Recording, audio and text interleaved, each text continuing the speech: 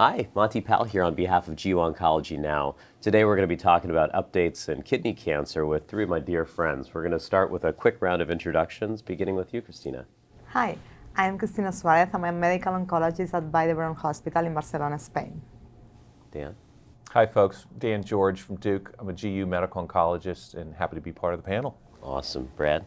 Yeah, and I'm Brad McGregor, also a GU medical oncologist from Dana-Farber in Boston. Awesome. All different parts of the world here. Monty Pal from Los Angeles, California, and we're going to dive right in. Now, we talked about good risk disease. Let's talk about intermediate and poor risk disease. And maybe I'll start with you, Cristina, this go around here.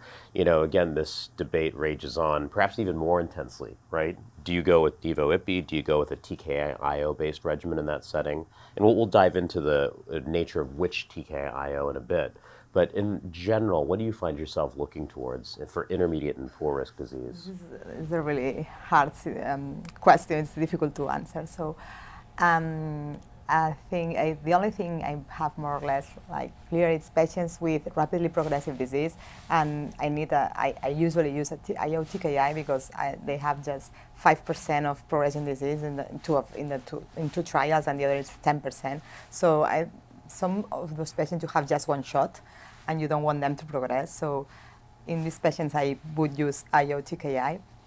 In patients with sarcomatoid features, I would use IO Nivo/Ipi because the results with Nivo/Ipi are really very, very good.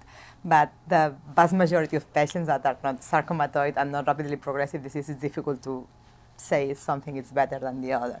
Yeah, absolutely. And how do you sort of weigh that decision making for intermediate and poor risk, Brad? Yeah, I'm exactly the same way. I think that PD as best response of 20% with Nivo/Ipi is sort of that driving factor that says, can I afford to be wrong, right? If you have a situation where they're in that 20% and you're not going to get to that second line therapy, then you have to think about it. So I sort of talk to my patient listen, we have two different things. Do we need to focus on now, or do we have that luxury we can sort of take a risk in the short term? And so some patients are really they looked at that idea of a treatment-free interval, that potential to be off therapy for a long period of time. I think Nivo/Ipi does provide that in some patients. And so if I have a situation with a not rapidly progressive disease, intermediate poor risk situation, I definitely like Nivo/Ipi. But I think similar to Cristina, if I have a patient where they have rapidly progressive disease, liver mets, symptomatic lung mets, symptomatic bone mets, those are the patients that if you're wrong and they're at 20% PD as best response, they're not gonna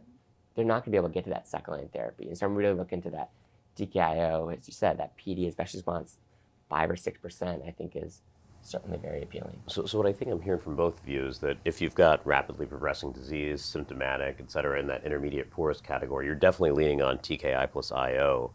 But of course, I think in the patients who don't fit into that bucket, there's probably more of a conflict. And Dan, where do you find yourself leaning between those two choices, specifically in that patient population? Yeah, the one thing I'll say is I think it's a little bit tricky sometimes, the pace of disease. I've been seeing this patient, they're usually newly diagnosed, presenting with metastatic disease. I don't really know how fast is that disease going. Now, by symptoms, sometimes I can tell. They've lost a bunch of weight in the last 3 months, or they've got a new pain they didn't have 2 months ago, or what have you. But a lot of times I'm kind of a little bit lost at that. So I kind of go by symptom sites and burden of disease. Because if they've got a big burden of disease, chances are that that's a disease that now I can't allow that to get 30% bigger, right? 20% bigger. That's a disease, especially if it's symptomatic and burdensome, that's a disease that even a little bit of growth is going to be even more symptomatic. And complications, that can happen. Fractures, effusions, blood clots, all kinds of stuff. So to me, these are the patients I need a treatment effect. I need that reduction, that tumor, volume reduction, and I need it quickly. So what I love about these IO TKIs is the ability to shrink cancer quickly. And it gets back to sort of what Brad said, what I was saying earlier, around the patients that can afford to go a few months.